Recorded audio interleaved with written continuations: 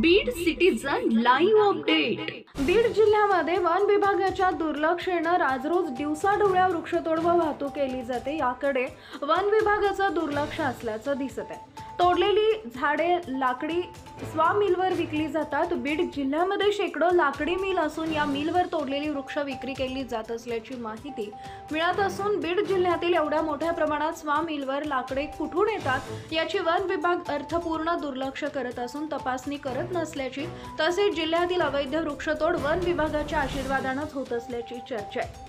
दुपारी 4 वाजेच्या सुमारास नगर नाका या ठिकाणी कर्तव्यावर असलेले वाहतूक पोलीस कर्मचारी सचिन क्षीरसागर व गोरे यांनी गाडी टेम्पो क्रमांक MH06G 4846 हा टेम्पो थांबवून तपासणी केली असता टेम्पो ताडपत्रीने झाकली असल्यानं तपासणी केली असता त्यामध्ये अवैध लाकडी असल्याचं निदर्शनास आलं। टेम्पो चालकांची वृक्षतोडीची परवानगी आहे का, हे वृक्षतोडी कोणत्या भागातून आणली आहे याची सखोल चौकशी केली असता चालकानं उडवाउडवीची उत्तरं दिल्यानं अधिक माहितीसाठी टेम्पो सुभाष रोडवरील जिल्हा वाहतूक शाखा बीड इथं लावण्यात आले।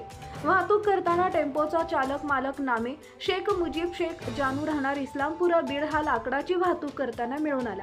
त्याच्याकडे सदर लाकडा संदर्भात परवान्याची मागणी केली असता कोणत्याही प्रकारचा परवाना नसून गाडीचे कोणतेही कागदपत्र जवळ नसल्यानं सदर लाकडाची गाडी वाहतूक शाखा ऑफिस इथं लावण्यात आली आहे। सदर गाडीतील लाकडा संदर्भात पुढील योग्य ती कायदेशीर कारवाई करण्यासाठी वन विभाग अधिकाऱ्यास माहिती दिली।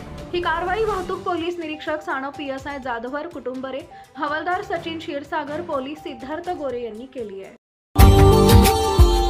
Subscribe now and press the bell icon. Never miss an update.